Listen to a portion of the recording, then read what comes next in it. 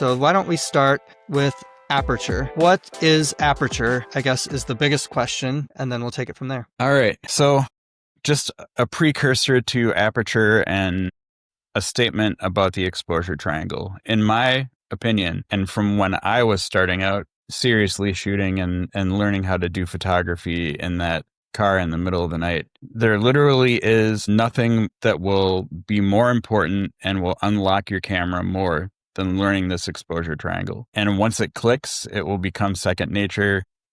And I just can't say enough that getting your camera into manual and being able to do the exposure triangle is the biggest upgrade to becoming a photographer that you will ever have. You know, bigger than all the equipment upgrades you eventually get, bigger than learning lighting, bigger than learning posing. If you don't know how to manually control your camera, photos are never going to be as good as you want them to be. So it was very important to me to learn this. And I'm excited to be able to be part of the teaching process about it to other people. So aperture is how big the hole is. You know, if I'm putting it as simply as possible, it's how big the hole is, you know? So you have a camera lens, and the tricky part about aperture is that the bigger the number, the smaller the hole. I don't know why they did that.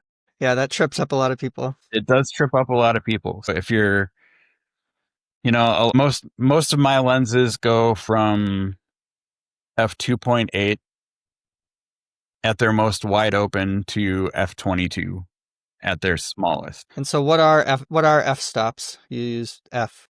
What is an f-stop? F-stops 2.8 is a setting for how wide open the aperture is. And if I go up to f3, that opening closes just a little bit. If I go to f3.2, it closes a little more, all the way up to f22, which is the smallest hole that the lens can create and still let in light. And of course, all lenses are different, right? So some lenses, like you said, can open really wide to 2.8 and close down to really small to 22, but other lenses can only open to f4 or f5.6 or whatever, and then can only get down to like f11, f16 or f14. I think one of my lenses only closes down to something like that. And there's even variable aperture lenses that you can think you're setting it at f3.5, but based off your shutter speed, it will change it for you, which has always been one of my least favorite things in the entire universe. Yes. We should touch on that, constant and variable aperture. But okay, so aperture is how big the hole is. The bigger the number, the smaller the hole. One way I've heard people talk about it is the bigger the number, the more of your picture that'll be in focus. Yes, there's definitely. So we were talking earlier about shooting at f2.8 to get that blown out background. Which means a wide open hole in your lens to let more light in.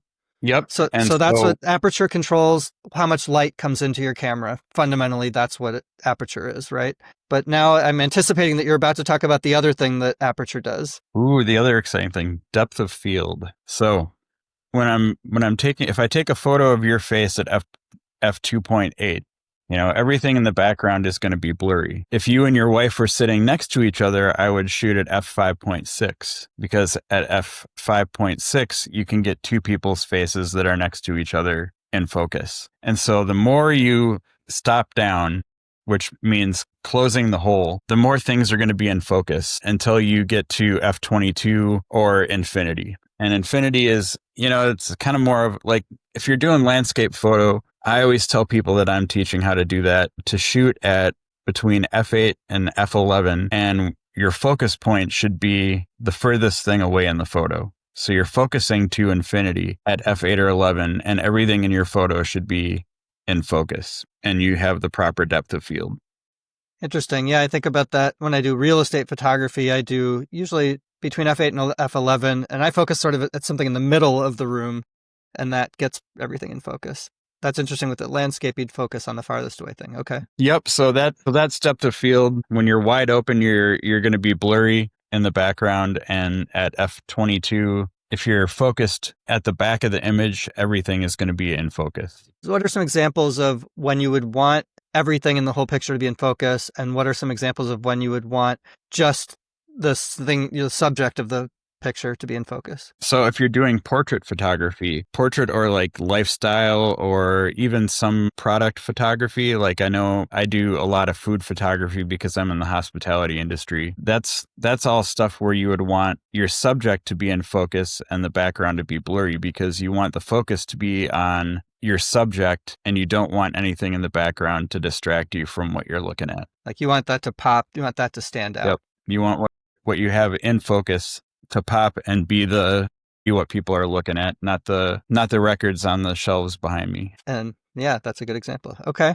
And then we already said a couple of examples where you want everything in the frame to be in focus. If you're doing a landscape, a beautiful mountain view, if you're doing real estate photography where you want people to be able to see what the apartment or house looks like that they might rent or buy, they're going to want to actually see all the things and not have the background blurry.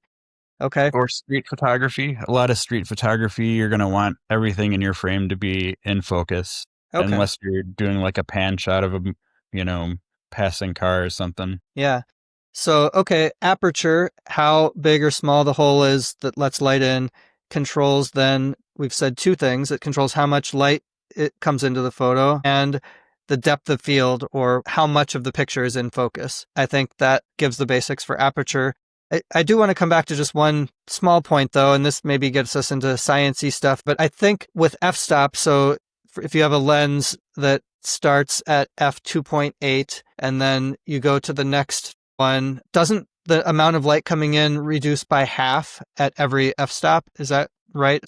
I believe that's what happens is every f-stop, you cut the amount of light in half that comes into the image. And what are some common beginner mistakes with aperture that you could think of? I know that when I was starting out, one of the things that I would constantly do, especially with my night photography, is I would overexpose my photos. Overexpose meaning let too much light in? Let too much light in. So in general, as a rule of thumb, I usually shoot almost all of my photos 1 to 2 stops under a perfect exposure. So letting in less light because I don't want any of my details to be blown out. But that's also another common mistake that people make is they underexpose their photos, and, you get them onto your computer and you open them up and realize that that you don't have enough light. And it's probably a conversation for another time, but being underexposed is way easier to fix than being overexposed. Okay, so those are some common beginner mistakes. Either it's too much light comes in and then it's blown out, like you get a picture of someone's face and it's just like they're a ghost. There's no detail, or underexposing. Or white circle on their forehead that you can't get rid of. Yes, or underexposing so much so that you can't bring out the detail that was there and that you would be able to if you let in the right bringing light. out the digital noise. Another common mistake is shooting too wide open, with too low of a number when you're shooting multiple people. So you'll have 5 people standing there, and if you shoot it at 2.8, somebody's face is not going to be fully in focus. Yes, and that's a mistake that I still make sometimes to this day, because I love shooting wide open because I love, in a lot of cases, getting the separation between the subject and the background and having a somewhat blurred out background. I love that look. I do think it's a common beginner mistake once you figure out like, oh, I can shoot at f2.8 and the background's blurry. That's so cool. And then trying to use that all the time with everything. And then, that becomes too much of a cliche too sometimes. But you're right, especially taking pictures of people. If you stay in 2.8, that's a mistake I've definitely seen and I've made myself. Or people will be trying to get the blown out background and will shoot with too small of a hole, with too high of an f-stop number, and can't figure out why they don't have that separation. All right. I think that gets us through some of the basics of aperture. Just to review, aperture, it's how wide the hole is that lets light into the camera through the lens. It controls both that, fundamentally, how much light comes in, and the depth of field. In other words, how much of what you see is in focus. Is it just the subject that's in focus, or is more of the frame or the entire frame in focus? Just remember, it's usually backwards of how we think about it. The smaller f-stop, the smaller number, the wider, the bigger the hole. But again, if you think about it, the bigger the number, the more things will be in focus. Maybe that'll help. All right, so that gets us through aperture. That's one side of the exposure triangle. Think about it as a triangle. There's three sides. So one side is aperture,